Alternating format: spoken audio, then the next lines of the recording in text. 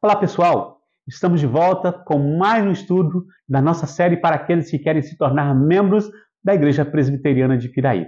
Nós estamos falando sobre a igreja e nesse estudo eu quero falar para vocês sobre a Reforma Protestante. Bom, nós vimos o começo da igreja, nós vimos que a igreja ela não é somente a igreja a partir do Novo Testamento, mas ela também é a igreja desde o Antigo Testamento. E essa igreja, ela vem passando por todas as épocas. Essa igreja, ela é una, ela é santa e ela é universal. Mas essa igreja também ela começou a se desviar. A igreja deixou de lado princípios muito importantes para nós como crentes no Senhor Jesus. E essa igreja, ela começa a trazer para nós, dentro dela, muitas ideias erradas, muitas doutrinas erradas.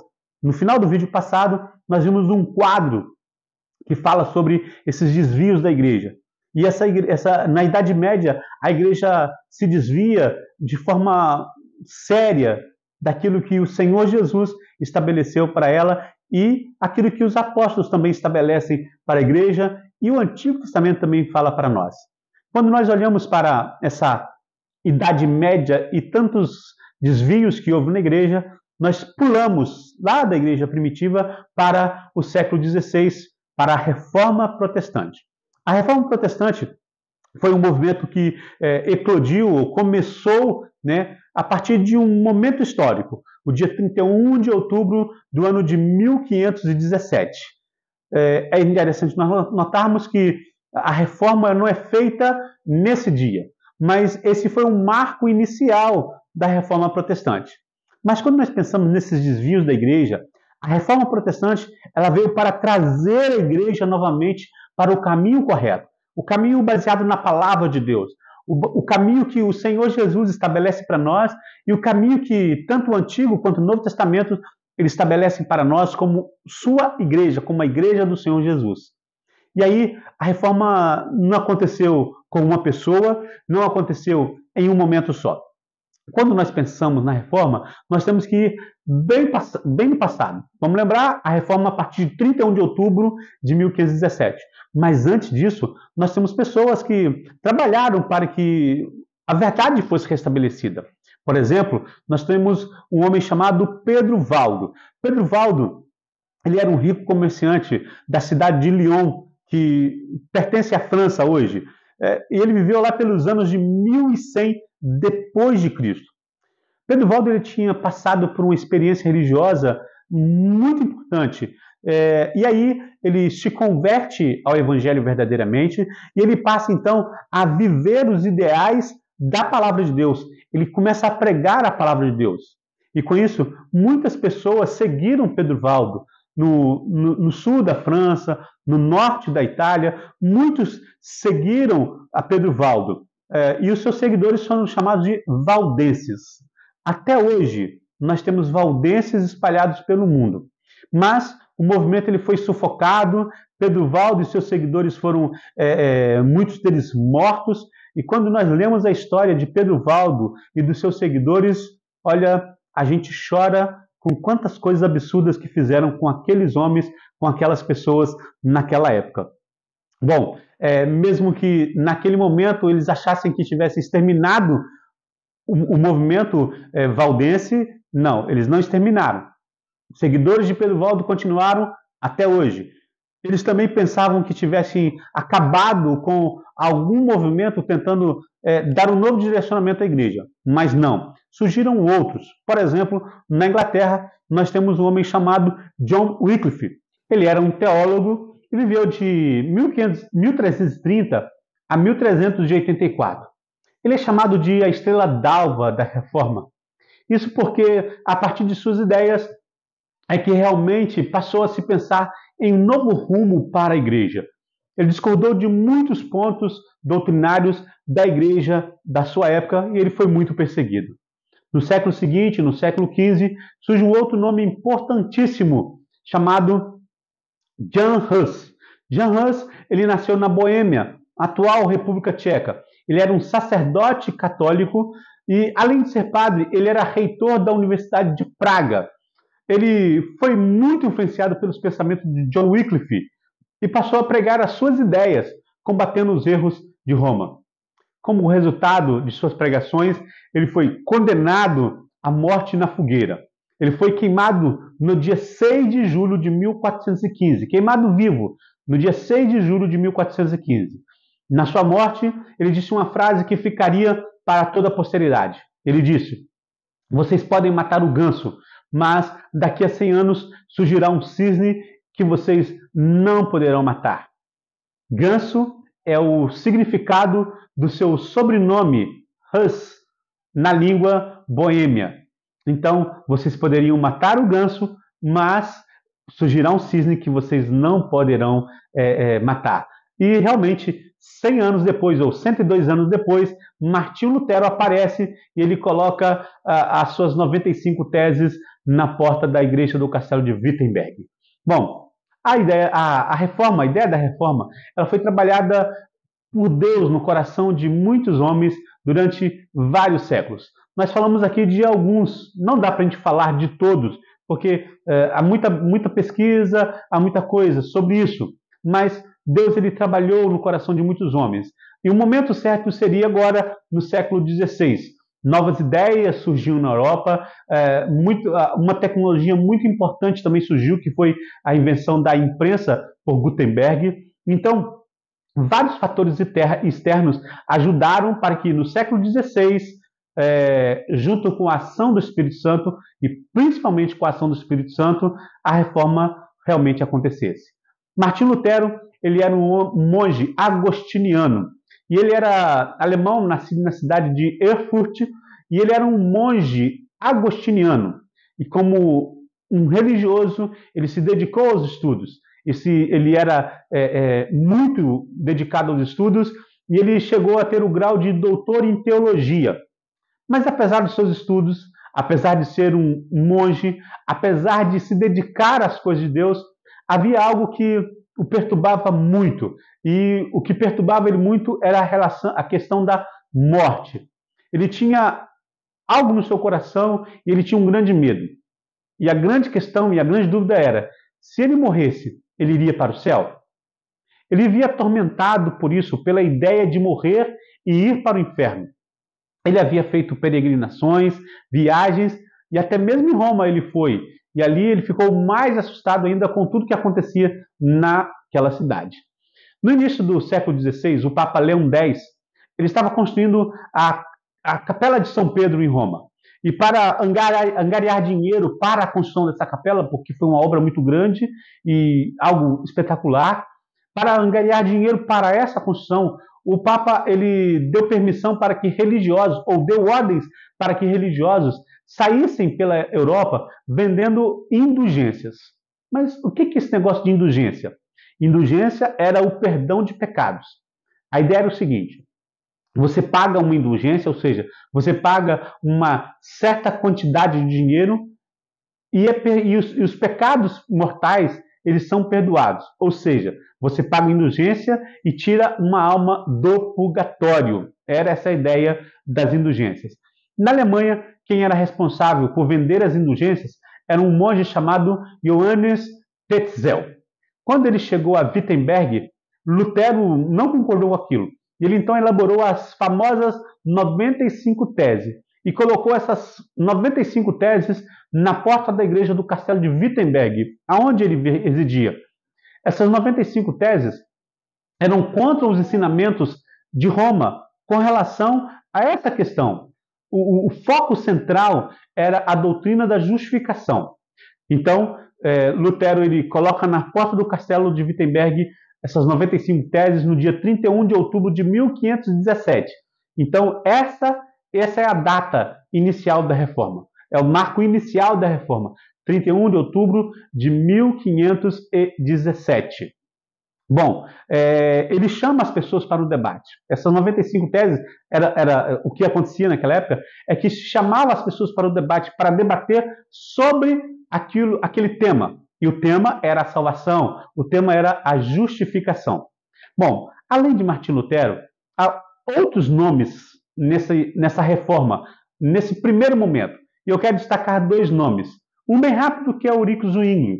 Zwinglio, ele morava na cidade de Zurique, na Suíça, e ele começou a reforma protestante naquela região.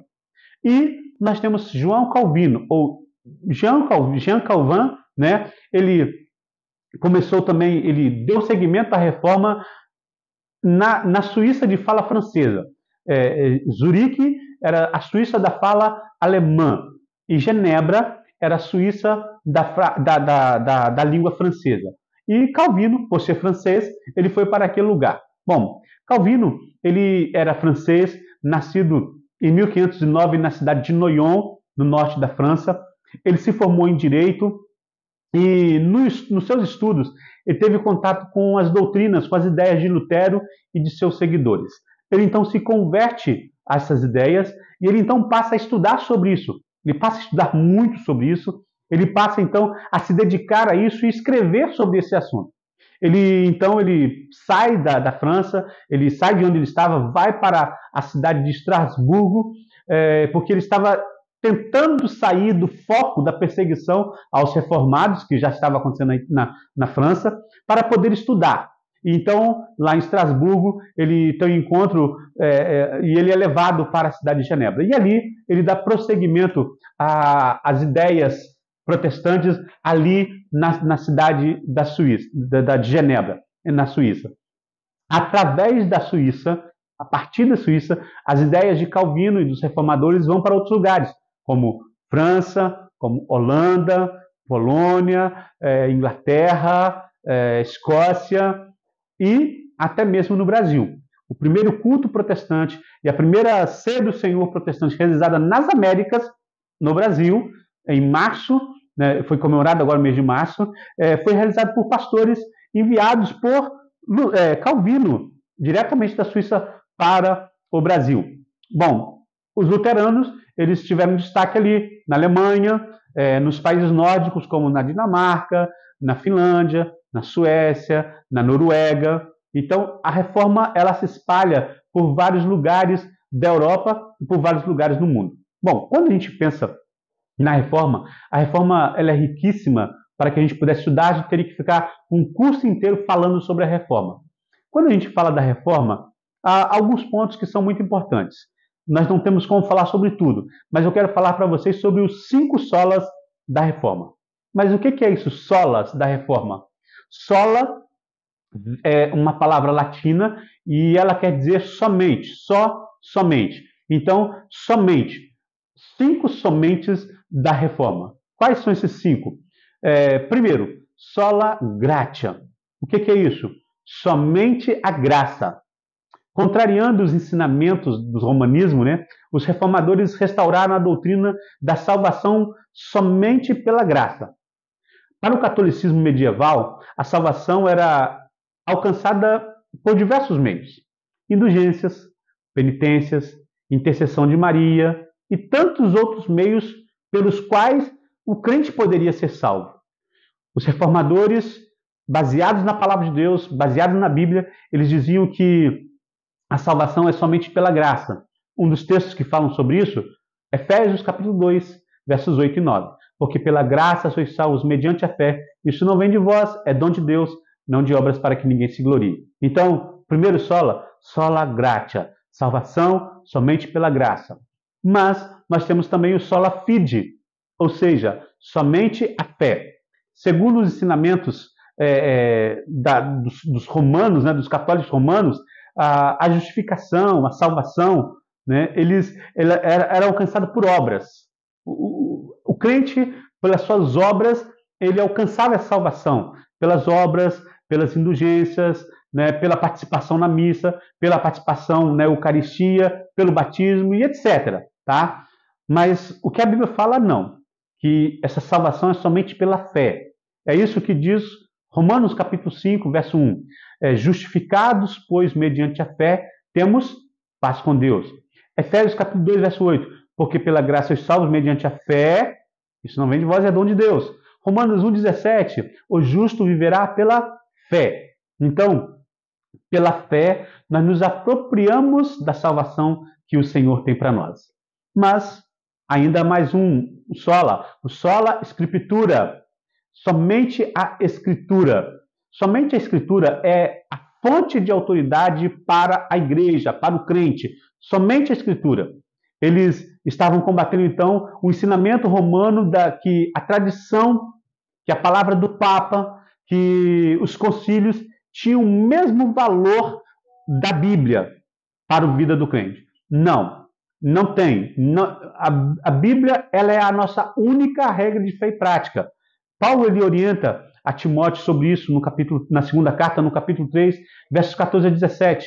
Paulo também fala para os Gálatas sobre isso, no capítulo 1, versos 6 a 9, falando sobre o cuidado que nós temos que ter com a Bíblia. A Bíblia é a palavra de Deus e somente ela é autoridade para as nossas vidas.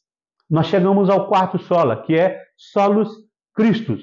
O que é isso? Somente Cristo. Quando a igreja ela se desviou das doutrinas bíblicas corretas, ela começou também a ter outros meios de salvação e até mesmo outros salvadores. O batismo passa a ser um meio para se obter a salvação. As penitências também passam a ser salvadoras. Maria passa a ser a corredentora junto com Cristo. Mas os reformadores eles restauraram a doutrina bíblica. Somente Cristo é o Salvador. Somente Cristo é salvação. Pedro ele fala isso quando Lucas escreve Atos capítulo 4, versos 11 a 12, porque não há outro na terra, não há outro que importa pelo qual sejamos salvos. Somente Cristo é o nosso Salvador.